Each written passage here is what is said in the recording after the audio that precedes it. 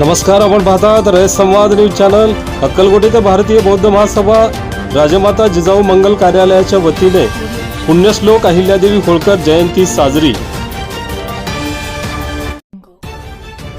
अक्कलकोट येथे भारतीय बौद्ध महासभा अक्कलकोट शाखा तसेच राजमाता जिजाऊ मंगल कार्यालय यांच्या संयुक्त विद्यमाने पुण्यश्लोक राजमाता अहिल्यादेवी होळकर यांची 300वी जयंती मोठ्या उत्साहात साजरी करण्यात आली।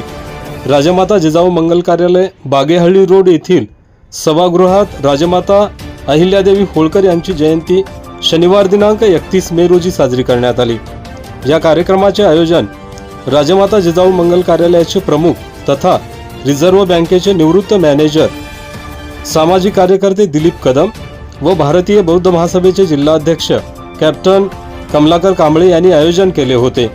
या कार्यक्रमास कॅप्टन कमलाकर कांबळे, दिलीप कदम, मल्लिकार्जुन बाचके, निवृत्त मुख्याध्यापक राजकुमार बनसोडे, मेजर शंभूदेव सुरवसे, श्रीशैल शिवशरण, मसण्णा मणुरे, बसवराज सक्करगी, बागेहळ्ळी सरपंच रवी दिलीप गायकवाड, मल्लिकार्जुन भणगे, बागेहळ्ळी माजी सरपंच मनगेनी लक्ष्मण माशाळे, श्री स्वामी समर्थ विश्राम धामचे सचिव धोंडीबा सिरसट, माजी सरपंच बागेहळ्ळी काशीनाथ राऊत, प्रकाश पोटे, मुख्याध्यापिका सिद्धाबा शिवशरण, बागेहळ्ळी माजी उपसरपंच विजयकुमार गायकवाड, सेवानिवृत्त शिक्षक FR कुंभार, पत्रकार स्वामीराव गायकवाड आदींची प्रमुख उपस्थिती होती।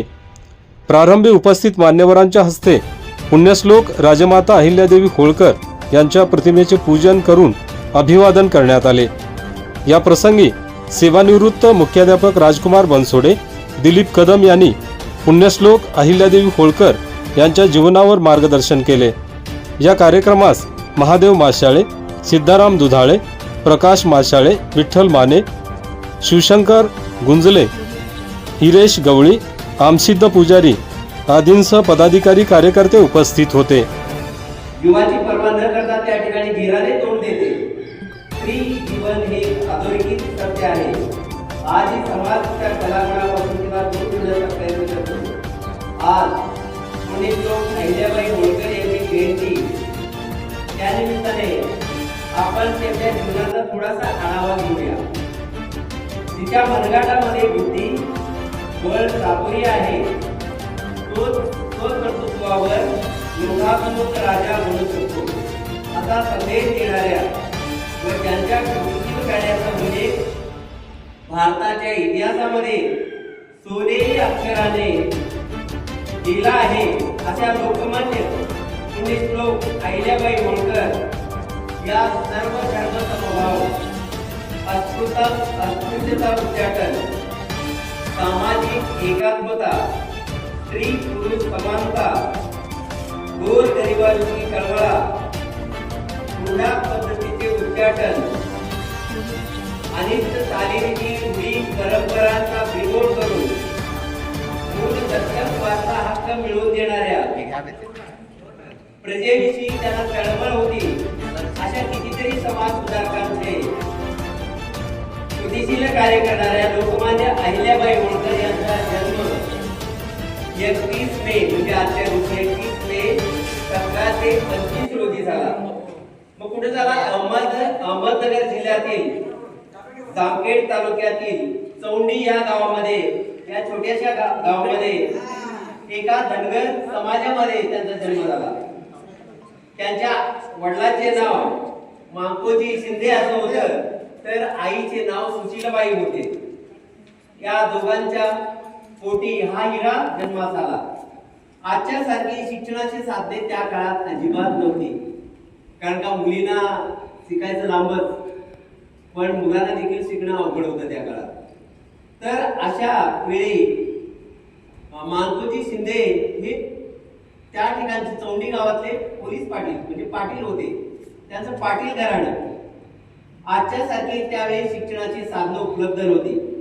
अहिल्याबाईच्या शिक्षणाची म्हणजे त्यांच्या वडिलांनी घरीच व्यवस्था केली।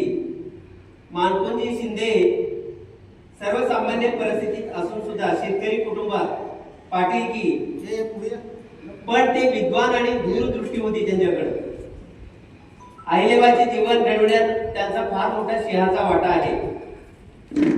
अहिल्याबाईचे म्हणजे अवघ्या 8 वर्षाचे असताना होळकर घराण्याचे संस्थापक मल्हारराव होळकर आणि पेशवे हे त्या ठिकाणी नगर जिल्ह्यामधून येत होते आणि चौंडी गावाजवळ आले आणि चौंडी गावातल्या एका मंदिरामध्ये ती कन्या त्यांना दिसल्यानंतर अहिल्याबाईशी त्यांनी बोलले आणि त्यांनी सरळ आपल्या घरी घेऊन त्यांना पहिल्यांदा त्यांच्या जो शिपाई किंवा चाकरी म्हणजे करणारा माणूस होता त्याला बोलवले आणि बोलून त्यांना अगोदर पाणी दिले. म्हणजे आपण जर घरी आलो तर पहिल्यांदा त्याला काय देतो आपण? पाणी पाहुणचार करतो. असे संस्कार त्यांच्या आईने दिलेले होते, वडिलांनी दिलेले होते. तर अवघ्या 8 वर्षांना मग त्यावेळी मल्हारराव होळकर विचार केले तर ही कर्तृत्ववान मुलगी आहे, उद्या भविष्यामध्ये ही काहीतरी मोठा चमत्कार घडवेल. या जिद्दीनं त्यांनी त्यांची सूनबाई करण्याचा त्यांनी विचार केला आणि 8 वर्षाचा असताना मल्हारराव होळकरांचे पुत्र, त्यांचं नाव मला आठवेना, मल्हारराव होळकरांचे पुत्र खंडेराव होळकर यांच्याशी 8 वर्षाचे, खंडेराव हे 12 वर्षाचे होते आणि अहिल्यादेवी ही अवघ्या 8 वर्षाची होती. त्यांचा दोघांचा विवाह झाला 20 मे 1733 रोजी पुण्यातील शनिवार वाड्यामध्ये त्यांचा विवाह पार पडला. लग्नानंतर लगेचच आपल्या चतुर व क्षमाशील व शांत स्वभावाने सर्वांची मदती जिंकून घेतली. मल्हाररावने देखील पुरुष प्रधान संस्कृतीच्या, बघा त्यावेळी पुरुष प्रधान संस्कृती म्हणजे पुरुषांनी जे म्हणेल तेच खरं, स्त्रियांना दुय्यम लेखलं जात होतं त्यावेळी.